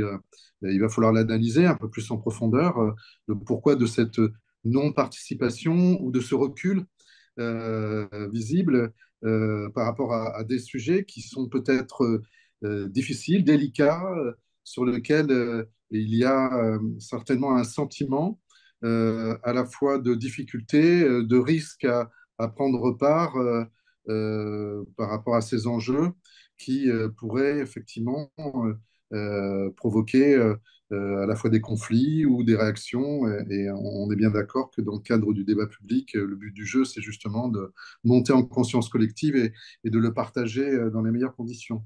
Donc là, il y a quand même un sujet. Le pourquoi il y a cette faiblesse de participation. Donc moi, en tant que parlementaire, j'observe, j'écoute aussi, et donc j'en fais aussi un peu le constat. Donc c'est des sujets qu'il nous faudrait sans doute approfondir. Le deuxième point que je voulais mettre aussi en exergue par rapport à un certain nombre de remarques que vous avez pu faire remonter, c'est qu'on ne voit pas apparaître aujourd'hui, et c'est un peu inquiétant d'ailleurs, la notion de coût-bénéfice et de contrepartie. C'est-à-dire que tout projet a évidemment un caractère impactant, on le sait, mais en même temps, on peut avoir une gestion la plus opportuniste possible pour faire en sorte que, ben, d'une part, ces impacts soient les plus limités, qu'il y ait aussi peut-être des compensations opportunistes que l'on peut avoir par rapport à un certain nombre d'enjeux au niveau de la façade. Et donc, c'est aussi des sujets qui sont intéressants et qui a bien sûr une légitimité à revendiquer aussi des contreparties par rapport à l'implantation de projets. Et là, c'est la question du partage de la valeur ou de quelle manière un territoire peut être également bénéficiaire de certains projets en termes d'implantation à partir du moment où, dans ce rapport coût-bénéfice, on prend des décisions qui sont les plus équilibrées possibles en essayant de préserver l'essentiel, voire même peut-être aussi d'améliorer justement certaines problématiques existantes sur les territoires. Et donc ça me pose question aussi, justement, ce sujet-là, parce que ça me donne le sentiment qu'on est dans un manque d'approfondissement de l'ensemble des sujets. Et donc, voilà, ça m'interpelle. Ça m'interpelle.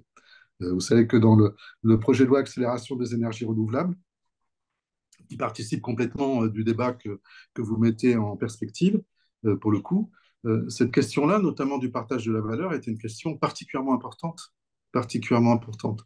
Et au-delà du partage de la valeur, c'est aussi l'inscription de ces projets dans le territoire et de quelle manière on peut, pas toujours d'ailleurs, mais on peut avoir une gestion la plus opportuniste possible pour essayer aussi d'apporter des réponses à des problématiques du territoire et aussi parfois des problématiques environnementales et de biodiversité. Voilà, je voulais vous faire aussi ces quelques remarques dans le cadre de cet échange au niveau du débat public. Et puis moi, j'essaye au fur et à mesure de m'acculturer aujourd'hui sur cette stratégie de façade pour essayer d'en comprendre tous les enjeux et puis essayer avec humilité de prendre aussi ma part en tant que parlementaire pour voir de quelle manière je peux accompagner ou éclairer certains sujets. Merci beaucoup, Monsieur Gillet. Peut-être très rapidement, Madame Dumont, en réaction, est-ce que vous avez des pistes pour préciser aussi pourquoi la participation des élus locaux était relativement faible? Et j'aimerais bien que ce soit peut-être une question qu'on puisse poser aux participants et aux participantes ce soir. Mais vous, en tant que professionnel aussi de la CNDP, quel est votre regard dessus? Et je notais aussi peut-être une deuxième réaction-question sur est-ce que la notion de coût-bénéfice et de contrepartie, notamment aux gros projets ou aux projets structurants, elle a été questionnée, le public s'en est-il saisi? Alors, je vais commencer par répondre à cette question-là. Le public, en fait, vous avez deux, enfin, je dirais deux tendances, hein. Certains publics qui sont opposés à l'éolien en mer vont questionner la rentabilité de ces projets, en parlant du facteur de charge, des pertes en ligne qu'il y a sur les réseaux. Voilà, donc ça, c'est des sujets qui ont été abordés. En revanche, la question des compensations, non, on en a eu très très peu. Ça c'est apparu quelquefois en filigrane, voilà, qu'il faut que les retombées soient locales. Les gens sont en attente. Le bénéfice pour l'instant qui est identifié par les citoyens, c'est le bénéfice emploi. Donc, c'est-à-dire insister sur la création d'une filière, le développement économique des ports. Ça, c'est des choses qu'on a pu entendre. Donc, on a pu entendre parfois de la part des acteurs eux-mêmes, hein, c'est-à-dire de la filière éolienne en mer ou des ports eux-mêmes. Mais c'est vrai que le citoyen, entre guillemets, ça, il ne le voit pas forcément. Il n'est pas du tout dans cette logique. Ils ont la logique de, attention, il faut que ça produise vraiment et que ce soit rentable. Il faut que notre électricité, une fois qu'elle arrive chez nous, elle soit pas trop chère, ça oui. Mais on n'est pas dans ces niveaux de débat et particulièrement pas sur la Gironde où les problématiques environnementales ont pris le pas, entre guillemets, sur les conditions de réalisation de l'éolien en mer. Voilà, si je peux résumer à peu près cette thématique-là. Après, sur la participation des élus, moi, j'ai pas à donner d'avis ni à porter de jugement. Nous, tout ce qu'on sait, c'est qu'on en est à 4 relances qu'on a ciblées commune par commune. Enfin, voilà, donc, entre guillemets, les moyens ont été mis en place pour que les élus soient informés et qu'ils aient la possibilité de participer. Après, on connaît la disponibilité difficile des élus.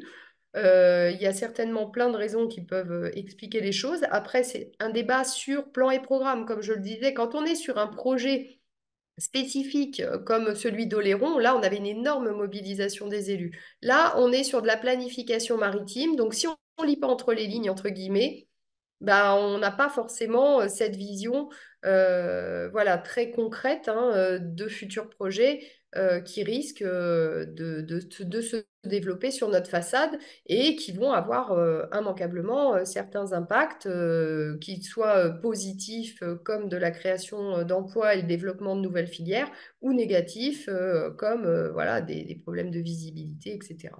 Donc voilà, moi je ne peux pas me prononcer, mais effectivement les élus qui sont présents aujourd'hui pourront peut-être nous apporter des éclairages sur pourquoi eux sont là et comment ils analysent les choses. Mais après, c'est pas le centre, entre guillemets.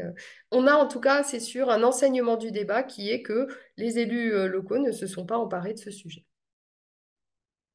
Merci beaucoup, Madame Dumont. J'en profite pour saluer Monsieur Guéquière. Vous nous quittez, passez une très bonne soirée. Merci beaucoup pour vos interventions. Monsieur Gillet, très rapidement, si ça ne vous dérange pas, j'aimerais bien me tourner peut-être vers Madame Rézère-Sandillon ou Monsieur Labrieux. Vous êtes élus locaux, alors sans vouloir faire de vous des représentants de l'ensemble des élus locaux du territoire. Nous, cette question, elle nous interroge hein, vraiment de la participation. On en discutait aussi au début de la réunion sur un enjeu de voilà, ce qui vous a attiré à cette réunion, c'est un enjeu de formation, de connaître davantage le sujet. Monsieur Guéquer, en introduction aussi à sa réaction, a posé, lui, l'enjeu de la biodiversité, de la préservation de la biodiversité comme étant prioritaire pour sa part. Voilà, vous, en tant qu'élus locaux, quelles sont un petit peu vos priorités pour cette planification des façades maritimes? Madame Rézère et Monsieur Gillet, je vous passe la parole juste après si ça vous convient. Est-ce que vous m'entendez? Très bien. Eh bien, écoutez, moi, je crois que déjà pour ce qui était des réunions au mois de janvier, le bassin d'Arcachon était quand même euh, voilà, ça y est, excusez-moi, le bassin d'Arcachon était quand même sous pression puisque nous avons connu un épisode de pollution puisque les eaux usées se sont déversées dans le bassin. Donc c'est vrai que nous avions, je crois, peut-être, j'ai envie de dire, excusez-nous, enfin excusez-moi de l'expression, d'autres sujets beaucoup plus préoccupants. Ensuite, ça, je crois que c'est quand même c'est un petit peu pour excuser tous mes collègues.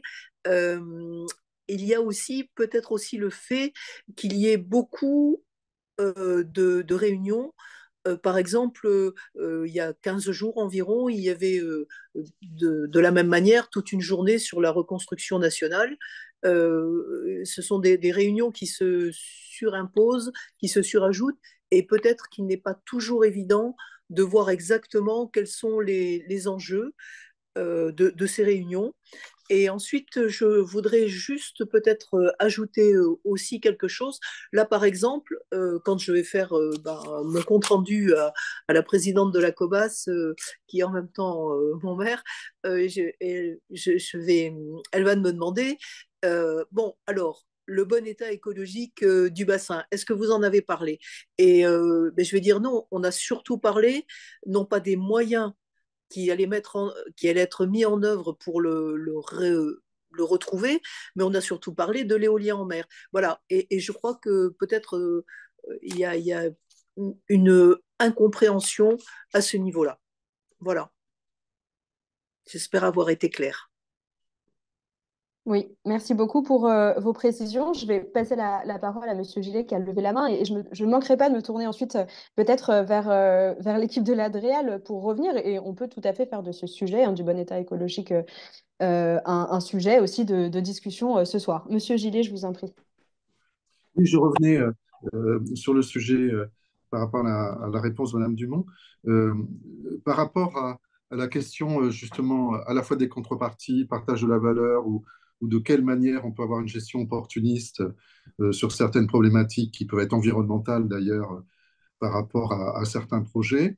Euh, si le sujet il est abordé, c'est peut-être parce qu'il n'est pas abordé, c'est peut-être parce qu'il n'est pas questionné. Est-ce que ça fait partie aujourd'hui, ça pourrait faire partie aujourd'hui du questionnement lancé dans le cadre du débat public pour susciter justement le débat?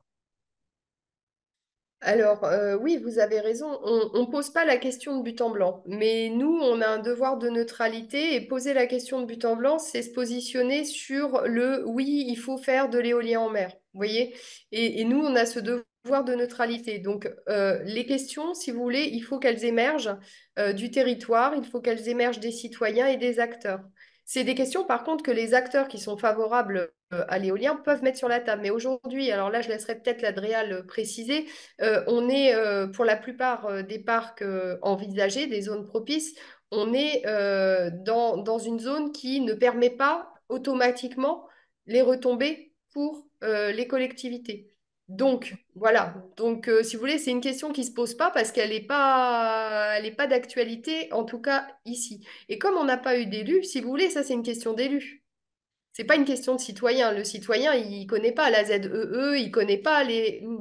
En tout cas, ceux qu'on a vus et quand on fait du débat mobile dans le Leclerc de Royan, je peux vous dire que cette question-là, elle va pas être abordée. Quand on invite en revanche les gens sur les tables en débat et qu'on leur dit à quelles conditions ça peut se faire, on n'a pas, ça ne ressort pas. Voilà. Mais en tout cas, on questionne quand même les conditions d'acceptabilité des projets. Donc, voilà, moi je peux pas.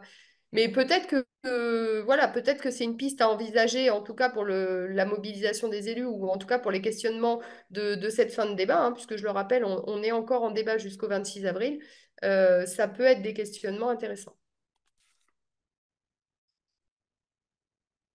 Je ne sais pas à ce sujet si Madame Réserve, vous voulez ajouter quelque chose ou si côté de Réal, vous souhaitez aussi apporter des éclairages sur la prise en compte de ces contreparties dans l'étude des projets de parcs éoliens en mer. Si je me tourne vers vous, j'en profite aussi pour remettre sur la table la question, ou plutôt l'interrogation de Madame Réserve sur les moyens qui sont mis en place pour assurer le bon état écologique des milieux. Vous avez parlé dans votre présentation, évidemment, du label, hein, ZPF, mais est-ce qu'il y en a d'autres? Est-ce qu'il y a d'autres moyens ou outils qui peuvent être aussi questionnés ce soir ou dans le cadre du débat?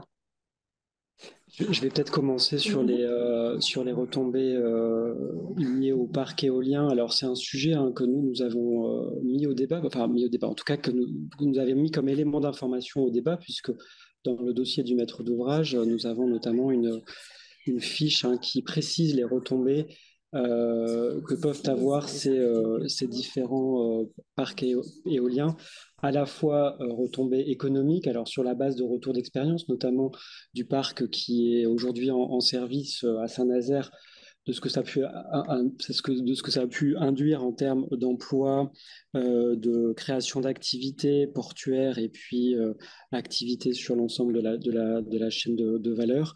Donc ça, ce sont des éléments chiffrés qui figurent dans notre dossier de maîtrise d'ouvrage.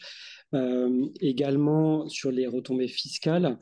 Donc on a aujourd'hui un système d'une taxe éolienne qui bénéficie, enfin, qui fait l'objet d'une affectation lorsque les parcs éoliens sont situés dans les eaux territoriales, donc c'est-à-dire à l'intérieur des 12 000 de la côte, affectation qui est fixée et qui prévoit une répartition de cette taxe entre les collectivités, les représentants des professionnels de la pêche, l'Office français de la biodiversité et puis les services de secours en mer. Pour les parcs situés en zone économique exclusive, la taxe éolienne s'applique également. Toutefois, aujourd'hui, des réflexions sont en cours à l'échelle nationale sur son affectation, puisque du coup, on est sur des enjeux un peu différents, on est plus au large. Les questions peut-être liées aux enjeux de visibilité sont moindres. Donc voilà, donc ça, ce sont des éléments qui sont en cours de réflexion, hein, pour ce qui est de l'affectation de cette taxe. Bon, il y a d'autres régimes fiscaux qui sont applicables, liés aussi au raccordement qui peuvent bénéficier au territoire.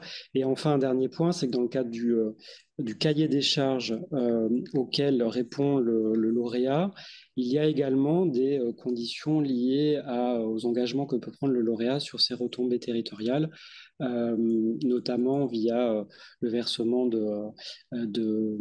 alors la contribution aux activités de TPE, enfin TPE, PME, et également le versement de fonds sur les retombées territoriales. Donc ce sont ces différents éléments qui sont aujourd'hui précisés dans les éléments que nous avons pu fournir au débat à titre d'information et qui sont évidemment des objets de discussion au niveau local, hein, dans le cadre du développement de ces parcs. Peut-être sur le bon état écologique, je ne sais pas si... Bon, on peut apporter quelques éléments de réponse pour dire qu'au-delà la question, si je comprends bien, c'est la question des moyens pour arriver à identifier et mettre en place ces zones de protection fortes. Donc, au-delà des équipes des services État, hein, pour le suivi du bon état écologique, donc on a parlé de la présentation des descripteurs de la directive cadre stratégie milieu marin et du suivi qui est fait, hein, qui amène au constat, hein, de l'urgence à agir. On a quand même des moyens d'accompagnement des aires marines protégées au niveau des services de l'État. Donc, sur le bassin d'Arcachon, bien sûr, le parc marin qui est accompagné dans le cadre de ces missions. Dans le cadre également de Natura 2000, hein, et de la mise en œuvre du plan de gestion du parc qui fait office de document d'objectif Natura 2000 et des missions donc, que met en œuvre le parc, qu'il s'agisse de missions de suivi, connaissance, d'expérimentation, conciliation des usages ou de protection. On a sur le bassin, bien sûr, 2 réserves naturelles nationales qui sont accompagnées par des fonds d'État, hein, du BOP 113, donc la réserve du banc d'Arguin et des prés salés d'Arèche Cap Ferré. Et ensuite, on a la possibilité d'accompagner des créations de protections particulières. Donc, on pense aux arrêtés de protection de biotopes qui peuvent être mises en place en fonction des enjeux de protection et de la nécessité de réglementation, de prescriptions particulières. En l'occurrence, la démarche de ZPF sur le bassin va être portée par l'équipe du parc en lien avec les membres du conseil de gestion. Donc, on a pu avoir une première présentation de la démarche au dernier conseil de gestion du 2 février, qui montre la complexité du sujet, hein, et notamment de la conciliation des enjeux écologiques qu'on a rappelé là, dans la réunion, et avec les activités, vous en avez parlé, hein, de tourisme, de surtourisme, de fréquentation, de plaisanciers, de pêche, de stréiculture, de nombreux enjeux économiques aussi qui sont sur le bassin. Donc une démarche de concertation à mener et d'analyse qui associera forcément les acteurs locaux, socio-économiques et les élus. Voilà. Et par ailleurs, on a, vous le savez, bien sûr, des fonds particuliers, donc le fonds vert qui nous permet de décliner la stratégie aire protégée et le plan d'action territorial, le plan d'action aire protégée au niveau régional, et d'accompagner les démarches d'animation territoriale pour identifier et reconnaître ces zones de protection fortes.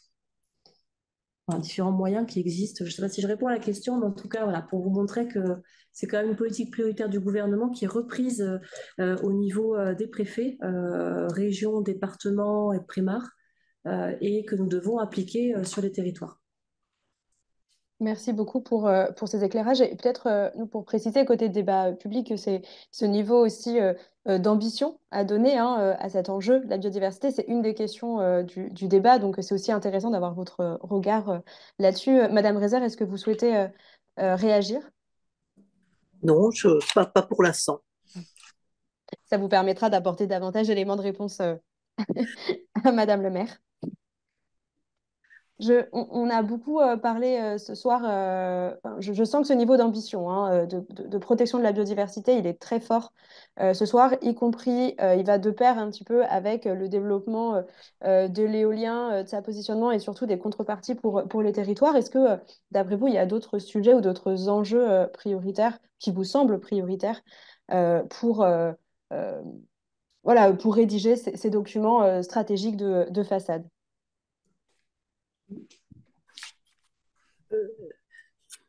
Madame Rézère, oui, je vous en prie. Oui, et je pense que dans ce document stratégique de façade, il faudra bien aussi tenir compte de tout le travail qui est fait, notamment au niveau de la submersion marine, du recul du trait de côte, qui sont en tout cas pour chez nous des problématiques très importantes. Nous le notons aussi, hein, Madame Dumont, ça rejoint des préoccupations du grand public ou des citoyens et des citoyennes, si je peux le dire ainsi.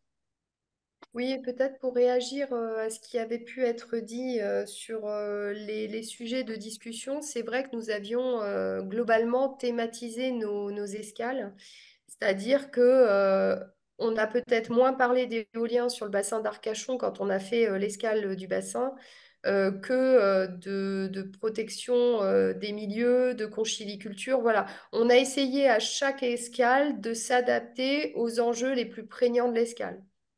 Voilà, donc c'est aussi pour ça que sur le bassin Rochelet, on a beaucoup parlé d'éolien, mais en revanche, sur Arcachon, c'était pas le sujet principal. Je voulais juste faire cette petite précision sur les thématiques des escales. Merci. Peut-être avant de se diriger doucement vers la conclusion, est-ce qu'il y a d'autres participants ou participantes qui souhaitent nous partager ce que sont selon eux aussi les enjeux prioritaires dans ces documents stratégiques de façade ou peut-être des sujets qui leur semblent avoir été omis, que ce soit ce soir ou dans le cadre de la restitution du débat public, même si après plusieurs mois, je pense que la restitution y est presque finalisée. Si, S'il n'y a pas de main levée, que je ne vois pas, n'hésitez pas à me dire si je rate une information. Madame Dumont, je vous propose de prendre la fin et pour conclure cette réunion. Écoutez, moi, je tiens particulièrement à remercier voilà, les personnes qui se sont mobilisées pour nous suivre ce soir et en savoir plus sur ce débat public. Moi, j'ai bien noté effectivement la nécessité sur cette fin de débat peut-être de questionner hein, des nouvelles, des nouveaux sujets qui auraient été peu abordés. Voilà, ça pourra, je dirais peut-être faire l'objet d'une formalisation particulière pour qu'on reste quand même dans notre rôle de tiers neutre. Mais voilà, à réfléchir, nos échanges sont nombreux et constructifs avec, euh, avec l'État et RTE pour que ce débat soit le plus utile possible. Et donc, on poursuivra bien entendu ces pistes de réflexion. Voilà, pour permettre notamment hein, sur cette fin de débat la mobilisation des élus. Ça a été dit, nous, on vous encourage vraiment à faire des cahiers d'acteurs ou d'en parler, de faire des délibérations. Enfin voilà, ça, c'est important, je pense. Les citoyens l'attendent. Les citoyens ont vraiment le sentiment que les élus locaux doivent être pionniers ou en tout cas ambassadeurs aussi dans le cadre de ce débat public des enjeux des territoires. Et en ce sens, voilà, je ne perds pas espoir que d'ici la fin du débat, la mobilisation des élus de Nouvelle-Aquitaine soit renforcée et puisse être communiquée voilà, aux citoyens concernés. Et je vous remercie infiniment. Je remercie toutes les personnes présentes voilà, d'avoir bien voulu assister à ce webinaire La parole aux élus. Merci beaucoup. Je vous souhaite une très bonne soirée. N'hésitez pas. Et puis, vous pouvez retrouver toutes les informations, hein, c'est ça, Madame Dumont, sur le site du débat public La en mer en ligne. débat. Et voilà, la mer en débat, l'ensemble des documents et des synthèses. Je vous souhaite une très bonne soirée. Merci Merci. beaucoup. Au revoir.